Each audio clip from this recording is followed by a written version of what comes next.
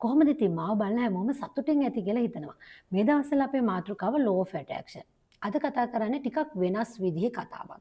law of attraction technique ගැන, law of attraction වලදී අපි කරන වැරදි, අඩුපාඩු අපි ගොඩක් දේවල් මේ වෙද්දි කතා කරලා තියෙනවා.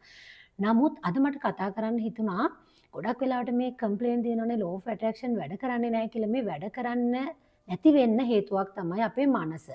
මේ මොහොතේ අපේ මනස තියෙන්නේ මොන විදියකටද කියලා අපි බලමු. මම දන්නවා සමහර විට ඔයා ඉන්නවා ඇති හරිම සාමකාමී නිදහස් වටපිටාවක. ටොක්සික් මිනිස්සුන්ගෙන් ඈත් වෙලා, ටොක්සික් සම්බන්ධතාවලින් ඈත් වෙලා ඔයා සාමකාමී වටපිටාවක ඉන්නවා වෙන්න පුළුවන්. එහෙමත් නැත්නම් ඔයාට ඉන්න සිද්ධ වෙලා තියෙන්නේ ටොක්සික් වටපිටාවක වෙන්න පුළුවන්. ඔයාගේ හස්බන්ඩ් වයිෆ් වෙන්න පුළුවන්, අම්මා තාත්තා වෙන්න පුළුවන්. ගෙදර ඇතුලේ ඉන්න සහෝදර සහෝදරයෝ එහෙමත් නැත්නම් අසල්වාසීන් වෙන්න පුළුවන්. ඔයා මේ මොහොතේ ඉන්නේ විස සහිත වටපිටාවක නම් විස සහිත මිනිස්සුත් එක්ක නම් law of attraction technique ඔයා කොච්චර follow කරත් ඒකෙන් ඔයාගේ සාර්ථකත්වය ළඟා කරගන්න බැරි වෙන්න මේ ඔයාගේ වටපිටාව හේතුවක් වෙන්න පුළුවන්. ඒක නිසා අපි මුලින්ම බලමු මේ වගේ වටපිටාවක ඉන්න කෙනෙක් නම් ඔයා law of attraction technique follow කරත් ඔයාට මේ ඔයාගේ ගමන සාර්ථක වෙන්නේ නැත්නම් ඔයාගේ බලාපොරොත්තු හීන ජයග්‍රහණය කරගන්න බැරි වෙලා තියෙනවා නම් කොහොමද අපි මේ වටපිටාවේ ඉන්න ගමන්ම බවුන්ඩරිස් හදාගෙන කොහොමද අපි law of attraction technique follow කරන්න කියලා. මෙතනදී වැදගත් වෙන්නේ ඔයාගේ එනර්ජි එක. සමහර අවස්ථාවන් වලදී අපි නොදැනුවත්වම free access දෙනවා අපේ එනර්ජි එකට ඒගොල්ලන්ට ඇතුල් වෙන්න. මේක වෙන්නේ අපි යාලත් එක්ක සම්බන්ධතාවයේ පවත්වන ආකාරය අනුව. හිතන්න ඔයා අවට වටපිටාවේ ඉන්නේ විස සහිත පුජ්‍යලයන් නම් ඔයා දිනපතාම ආශ්‍රය කරන්නේ විස සහිත මිනිස්සු නම් ඔයාටත් නොදැනුවත්වම යාලා ඔයාගේ එනර්ජි එකට ඔයාගේ ভাইබ්‍රේෂන් එකට බලපෑම් එල්ල කරනවා. ඔයා ඉන්නේ විස සහිත මිනිස්සුත් එක්ක නම් එයා ඔයාගේ කොන්ෆිඩන්ස් අඩු කරනවා. ඔයාට බෑ, ඔයාට හැකියාවක් නැහැ. අනේ ඔයාට ඔක කවද කරගන්න පුළුවන් වෙයිද දන්නේ නැහැ. ඔයා හිතනද ඔච්චර දෙයක් ඔයාට කරන්න පුළුවන් වගේ වචන එයාලගේ කටින් නිතරම කියවෙනවා නම් ඔයා ඒක ඔයාගේ සබ්කොන්ෂස් මයින්ඩ් එකට දාගන්නවා නම් මේක තමයි මම හැමදාම කියනවා වගේ ඇත්තක් වෙන්නේ. ඉතින් ඔයාගේ එනර්ජි එකට මොන මොහොතකවත් විස සහිත මිනිස්සුන්ගේ ෆ්‍රී ඇක්සස් ලබා දෙන්න එපා. ඔයා මේ දවස්වල ඉන්නවා ඇත්තේ ඔයාගේ හීන අරමුණු ජයග්‍රහණය කරන මානසික මට්ටමේ. එතකොට ඔයා ඉන්නේ පොසිටිව් ভাইබ්‍රේෂන් එකක, පොසිටිව් එනර්ජි එකක් තමයි ඔයාට තියෙන්නේ. නමුත් ඔයා ටොක්සික් මිනිස්සුත් එක්ක නම් එදිනදා ගනුදෙනු කරන්නේ, එදිනදා ගැටෙන්නේ, පවුල ඇතුලේ ඉන්නේ ඔයාගේ විස සහිත පුජ්‍යලයන් නම් ඔයාටත් නොදැනුවත්වම මේගොල්ලන්ගේ එනර්ජි එක, මේගොල්ලන්ගේ ভাইබ්‍රේෂන් එක ඔයාට බෝ වෙන්න පුළුවන්. ඒ වගේම මේ විස සහිත පුජ්‍යලයන් එක්ක තියෙන unnecessary argument ඔයා අවොයිඩ් කරන්න ඕනේ. මෙහෙම දෙයක් කිව්වම ඔයා කියන්න පුළුවන් කොහොමද මගේ පවුල ඇතුළෙම මෙහෙමයි ඉන්නවනම් කොහොමද මම ආගියුමන්ට්ස් අවොයිඩ් කරලා ඉන්නේ. සමහර දේවල් අපි කොච්චර එක්ස්ප්ලেইন කරත් එයාලට ගන්න ඒගොල්ලන්ගේ හිතේ තියෙන ප්‍රමාණයට විතරයි. ඔයා කියන දේ ඔයාට කොච්චර හරි කියලා හිතුණත් එයාට ඒක වැරදි වෙන්න පුළුවන්. ඒක නිසා සමහර දේවල් එක්ස්ප්ලেইন කරන්නේ නැතුව නිහඬ වෙන්න එක ඔයාට කරගන්න වාසියක්. ඒ වගේම මෙයාලත් එක්ක බවුන්ඩරිස් තියාගන්න. ඔයාට ඔයාගේ හීන අරමුණු ජයග්‍රහණය කරන්න ඕන නම් විස සහිත මිනිස්සුත් එක්ක බවුන්ඩරිස් තියාගන්න ඕනේ. එයාලට හැමදේම කියන්න යන්න එපා. ඔයාගේ හීන අරමුණු ඇචීව්මන්ට්ස්, ඔයා දිනන්න හිතාගෙන ඉන්න දේවල්, ඔයා කරන්න හිතාගෙන ඉන්න දේවල්, ඔයා අනාගතයට කරන්න ඉන්න හිතාගෙන ඉන්න දේවලුත් එයාලට එක්ස්ප්ලেইন කරන්න, එයාට පැහැදිලි කරන්න, එයාලත් එක්ක සවිස්තරව කතා කරන්න යන්න එපා. මේ පුද්ගලයන් ඔයාලගේ පවුලේ අය නම් ඉමෝෂනලි එයාලත් එක්ක ඇටච් වෙන්න එපා. අපි ගොඩාක් වෙලාවට පවුල ඈත් එක්ක හරි ඉක්මනින්ම ඉමෝෂනලි ඇටැච්මන්ට් වෙනවා. මේ ඉමෝෂනලි ඇටැච්මන්ට් එකත් ඔයාගේ ඩ්‍රීම් ඇචීව්මන්ට්ස් ජයග්‍රහණය කරගන්න හානියක් වෙන්න පුළුවන්. ඒ වගේම නිවස ඇතුළේ ඉන්න මේ වගේ විස සහිත පරිසරයක නම් විස සහිත මිනිස්සුත් එක්ක නම් ඔයාගේ දවස පටන් ගන්න විදිය ගැන සැලකිලිමත් වෙන්න ඕනේ. ඔයාට ග්‍රැටිටියුඩ් වෙලා දවස පටන් ගන්න පුළුවන් නම්. මොකද ඔයා සාකච්ඡා කර අනිත් අයත් එක්ක කතා කර නම් පටන් ගන්න දවස ඒ ভাইබ්‍රේෂන් එක තමයි ඔයාට දවස පුරාම අරගෙන යන්න වෙන්නේ. ඔයාට ඇටැච් වෙන්නෙත් එයාලගේ ভাইබ්‍රේෂන් එක. නමුත් ඔයාට උදේ පාන්දරම නැගිට්ටම දවස පටන් ගනිද්දි ග්‍රැටිටියුඩ් වෙලා අෆර්මේෂන් කරලා ඔයා ඉමේජිනේෂන් කරලා ඔයාගේ හීනේ අරමුණු ටාගට් කරලා දවස පටන් ගන්න පුළුවන් නම් ඩිස්කස් කර එයාලත් එක්ක ගැටෙමින් උදේට හදන්නේ මොනවද, දවල්ට උයන්නේ මොනවද, අද හවස ඉවර වෙන්නේ කොහොමද කියලා අද දවස ගැන එයාලත් එක්ක සාකච්ඡා කර දවස පටන් ගන්නවට වැඩිය ඔයාගේ අරමුණෙන් හීනෙන් දවස පටන් ගන්න. වැදගත්ම දේ ස්තුතිවන්ත වීම. ස්තුතිවන්ත වෙලා දවස පටන් ගන්න පුළුවන් නම් ඔයාට මොන දේ නැති වුණත් ඔයා අද උදේ වෙද්දී ජීවත් වෙලා ඉන්නවා. ඔයා අද උදේ වෙද්දී නැගිටලා හුස්ම ගන්නවා. අන්න ඒ දේ වෙනුවෙන් ස්තුතිවන්ත වෙලා අද දවස සාර්ථක වෙනවා. මගේ අද දවස සාර්ථක වෙන නිසා ස්තුතියි කියලා ඔයා දවස පටන් ගන්න.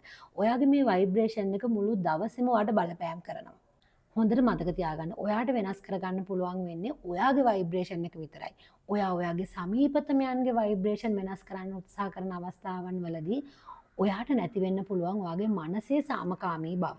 මනසේ සාමකාමී බව නැති වෙන එක ඔයාගේ ගමනට බාධාවක් වෙන්න පුළුවන්. තවත් වැදගත් කාරණාවක් තමයි ඔයා මේ මොහොතේ ඉන්න එන්වයරන්මන්ට් එක ගැන ඔයා හොඳ අවබෝධයකට එන්න ඕනේ. මේ එන්වයරන්මන්ට් එක අනාගතයේදී ඔයාට ඇටච් කරගන්න ඕනේ නැති නිසා ඔයා මේ එන්වයරන්මන්ට් එකට වැඩි ප්‍රයොරිටි එකක් දෙන්න එපා. අපි ගොඩාක් වෙලාවට ඉන්නේ අපේ එන්වයරන්මන්ට් එක ගැන, අපේ ටොක්සික් වටපිටාව ගැන, අපි ආශ්‍රය කරන මිනිස්සු ගැන වැඩි ප්‍රයොරිටි එකක් දෙනවා. මේ වැඩි ප්‍රයොරිටි එකක් දුන්නම අනාගතයේදී අපිට ඇටච් වෙන්නේ මේ වගේ මිනිස්සුමයි සහ මේ මිනිස්සුන්ගේ ගති පැවතුනොත් අනාගතයේදීත් ඒ වගේම වෙනවා අපේ සමීපතමයන් ගැන මම මේ කතා කරන්නේ. එතකොට ඔයා ඉන්නේ මේ වගේ වටපිටාවක නම් ඔයාගේ එන්වයරන්මන්ට් එක තියෙන්නේ විස සහිත වටපිටාවක් නම් ඒ එනර්ජි එක පහළ මට්ටමේ තියෙනවා නම් මේක ඔයා නිතර රිමයින්ඩ් කරන්න ඕනේ ඔයාගේ අනාගතයේ ඔයා බලාපොරොත්තු වෙන එන්වයරන්මන්ට් එක අන්න ඒක ගැන ඔයා වැඩි අවධානයක් දෙන්න. ඔයා ආස සාමකාමී මනසකින් ජීවත් වෙන්න නම් ඔයා දුප්පත් වටපිටාවක ඉන්නේ ඔයාට ඕනේ පොහොසත් මිනිසෙක් විදියට මනසින් වෙන්න පුළුවන් මුදල් වලින් වෙන්න පුළුවන් පොහොසත් මිනිසෙක් විදියට ජීවත් වෙන්න නම් ඔයා අනාගතයේ ඇචීව් කරන්න ඉන්න බලාපොරොත්තු වෙන එන්වයරන්මන්ට් එකට ඔයා වැඩිපුර අවධානයක් දෙන්නත් මේ මොහොතේ ඔයා ගත කරන එන්වයරන්මන්ට් එක මේ වටපිටාව හරිම తాවකාලික වටපිටාවක් බව ඔයා ඔයාගේ සබ්කොන්ෂස් මයින්ඩ් එකට නිතරම දාගන්න ඕනේ. මේ తాවකාලික වටපිටාව ගැන වැඩිපුර අවධානයක් දෙන්න යන්න එපා. ඔයා අනාගතයේ ඇචීව් කරගන්න ඉන්න බලාපොරොත්තු වෙන සාමකාමී පරිසරය, සාමකාමී වටපිටාව, සාමකාමී මිනිස්සු ගැන ඔයා වැඩි අවධානයක් දුන්නම මේ මොහොතේ තියෙන දේවල් తాවකාලික දෙයක් කියලා ඔයාගේ මනසට ඇතුළත් වුණාමත් ඔයාගේ ভাইබ්‍රේෂන් එක ඉහළ මට්ටමක තියාගන්න පුළුවන්. ඔයාගේ එනර්ජි එක ඉහළ මට්ටමක තියාගන්න පුළුවන්. එහෙමත් නැත්නම් ඔයා හැමතිස්සෙම හිතේ තියෙන්නේ මේ මොහොතේ ඔයාට මුහුණ දෙන්න වෙලා තියෙන සිදුවීම් ගැන නම්. මේ මොහොතේ ඔයාට ඇසුරු කරන්න වෙලා තියෙන මිනිසුන් ගැන නම්. මේ මොහොතේ ඔයා වටේ ඉන්න සමීපතමයන් ගැන නම් ඒගොල්ලන්ගේ ගති පැවතුම් ඒගොල්ලන්ගේ විස සහිත හැසිරීම් ගැන නම් ඔයා අවධානයක් දෙන්නේ ඔයාගේ අනාගතයේදීත් ඔයා ඇචීව් කරගන්නේ මේ වගේම කොට්ටාසයක් සහ මේ වගේම වටපිටාවක්. හොඳට මතක තියාගන්න ඔයා මේ මොහොතේ ඉන්න එන්වයරන්මන්ට් එක හරිම වැදගත් ඔයාගේ හීන අරමුණු ජයග්‍රහණය කරන්න යන ගමනට. සමහර විට ඔයා ඉන්නව ඇත්තේ ඔයාගේ වටපිටාව ඒකට කිසිම සපෝට් එකක් නැති වටපිටාවක ඔයා ඉන්නව ඇති. මේ වගේ වෙලාවකදී හීන අරමුණු ජයග්‍රහණය කරගන්න ටිකක් අපහසුයි. නමුත් ඔයාට පුළුවන් ඔයාගේ අභ්‍යන්තරයෙන් වෙනස් වෙන්න. ඔයාට එකපාර වෙනස් වෙන්න යන්න එපා. එකපාර ඔයා වටේ ඉන්න මිනිස්සු වෙනස් කරන්න යන්නත් එපා. ඒක ඔයාට ජීවිතේටම කරන්න බැරි දෙයක්. නමුත් ඔයාව වෙනස් කරගන්න ඔයාට පුළුවන්. ඔයා හිතන විදිය, ඔයාගේ මනසේ සාමකාමී බව, ඔයාගේ ভাইබ්‍රේෂන් එක, ඔයාගේ එනර්ජි ලෙවල් එක ඔයාට තනියම වැඩි කරගන්න පුළුවන්. ඒ වෙනුවෙන් ඔයා ඔයාගේ අභ්‍යන්තරය හිමින් වෙනස් කරගෙන යන්න.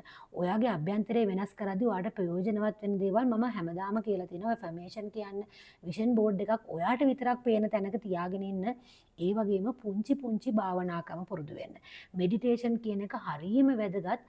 ඔයාගේ ඉනර් පීස් එක වර්ධනය කරගන්න. ඔයාගේ මනසේ සාමකාමී බව ඔයා මොනතරම් ටොක්සික් එන්වයරන්මන්ට් එකක හිටියත් ඔයාගේ මනසේ සාමකාමී බව රැක ගන්න ඒක හොඳ ලෙවල් එකක තියාගන්න නම් ඔයා මෙඩිටේෂන් කරන එක හරිම වැදගත්. මම පුංචි මෙඩිටේෂන් ටිකක් ඉස්සරහදී ඔයගලන්ට කියලා දෙන්නම් මගේ වැඩසටහන් වලින්. මේ මෙඩිටේෂන් එදිනදා ප්‍රැක්ටිස් කරන්න. මේ භාවනාකම එදිනදා ප්‍රැක්ටිස් කරාම ඔයාට ඔයාගේ මනසේ සාමකාමී බව ආරක්ෂා කරගන්න පුළුවන්. මේ දේවල් කරද්දී ඔයාටත් නොදැනුවත්වම ඔයාගේ ভাইබ්‍රේෂන් එක ඉහළ මට්ටමකට යනවා. ඔයාගේ ভাইබ්‍රේෂන් එක ඉහළ මට්ටමකට යද්දී ඔයාගේ වටපිටාවටවත් බෑ ඔයාව නවත්තන්න. මේ විදිහට ඔයාගේ ভাইබ්‍රේෂන් එක වෙනස් කරගත්තම ඔයාගේ අභ්‍යන්තර සාමය ඔයා වර්ධනය කරගත්තම ඔයාට පුළුවන් ලෝ ඔෆ් ඇට්‍රැක්ෂන් පාවිච්චි කරලා ඔයාගේ හීන අරමුණු හැම දෙයක්ම ජයග්‍රහණය කරගන්න. ඉතින් වැදගත් කාරණාව තමයි ලෝ ඔෆ් ඇට්‍රැක්ෂන් වලට ඔයාගේ එන්වයරන්මන්ට් එකෙන් එන අවුට්පුට් එක බලපානවා. හැබැයි ඔයා ඇතුළට ඒ දේවල් දාගන්නේ නැත්නම් ඒවා බවුන්ඩරිස් වලින් කන්ට්‍රෝල් කරගෙන ඔයා ඔයාගේ ජයග්‍රහණ වලට යනවා කියලා තදබල අධිෂ්ඨානයකින් ඉන්නවා නම් ඔයාව නතර කරන්න ඔයාටවත් බෑ. ඉතින් මම හිතනවා මේ වැඩසටහන ඔයාලට ප්‍රයෝජනවත් වුණා කියලා. ප්‍රයෝජනවත් වුණා නම් කමෙන්ට් එකක් දාන්න අමතක කරන්න එපා. ඔයා මේ මොහොතේ තියෙන ටොක්සික් වටපිටාවක නම් ඒ ටොක්සික් වටපිටාවෙන් ඔයාලට මිදෙන්න පුළුවන් වෙනවා. ඒ වගේම law of attraction පාවිච්චි කරලා ඔයාලට මේ ජයග්‍රහණ ඉක්මනින්ම ලබා ගන්න පුළුවන් වෙනවා කියන එක මට විශ්වාසයි. අපි law of attraction ගැන තව ඉදිරි වැඩසටහන් වලදී කතා කරමු. ඉතින් ස්තුතියි මාත් එක්ක ඉන්නවට.